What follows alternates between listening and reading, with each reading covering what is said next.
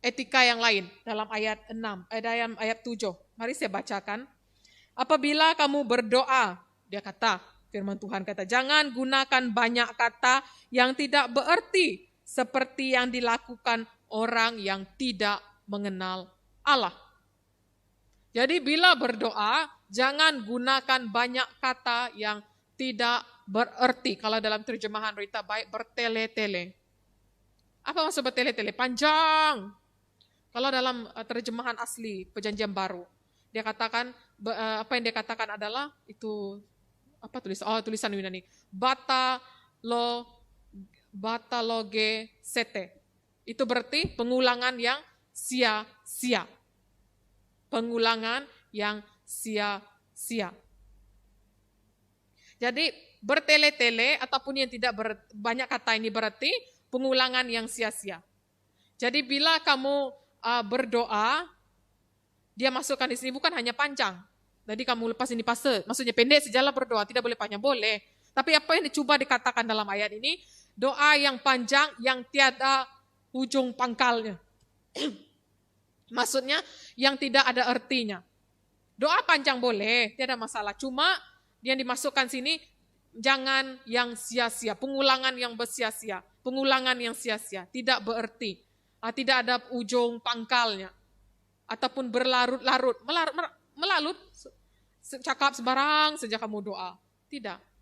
Boleh doa pendek, boleh doa panjang. Tapi bila kamu panjang doa, pastikan ada isi, orang kata ya. Jangan tidak tahu pangkal ujungnya di mana. Kamu berdoa begitu panjang. Itu yang dikatakan jangan gunakan banyak kata. Jangan bertele-tele.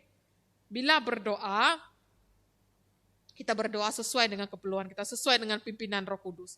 Jangan kita berdoa panjang tapi tidak tahu ujung awalnya mana. Jadi itu yang harus kita lihat. Yang ketiga, dan apa akibatnya bila kita berdoa dengan kata-kata yang panjang, yang tidak ada isi, yang tidak ada ujung pangkalnya? Apa yang terjadi? Apa akibatnya? Kita dalam ayat ke-7 kata, orang seperti ini digolongkan seperti orang yang tidak mengenal Allah. Jadi tindakan seperti itu bertele-tele, panjang-panjang tidak berarti seperti orang yang tidak mengenal Allah. Mereka menyangka bahwa Allah akan dengar doa mereka karena doa mereka panjang. Ingat apa yang di sini? Kita boleh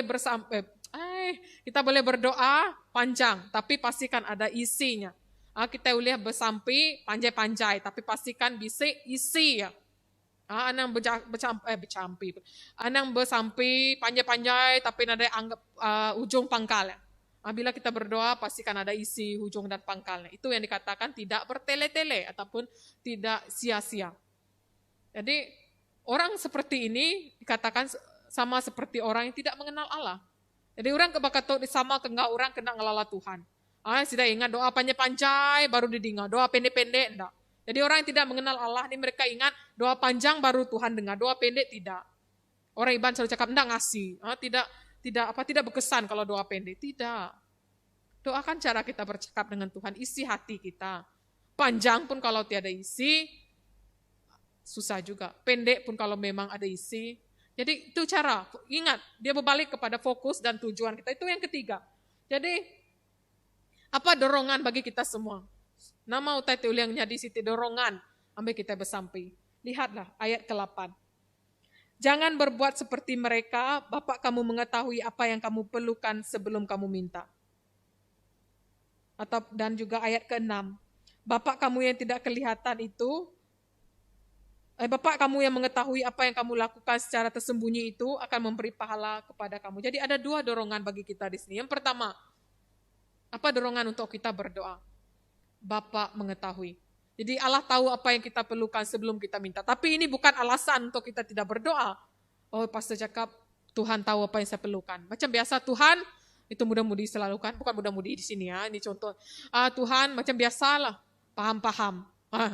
Tuhan memang tahu, tapi cara kita bercakap, ini komunikasi.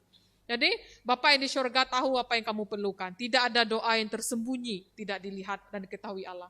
Kalau kamu berdoa di celah-celah mana pun kamu bertapuk, bersembunyi, Tuhan tahu. Jadi berdoa, itu dorongan bagi kita. Dimanapun kamu berada, berdoa.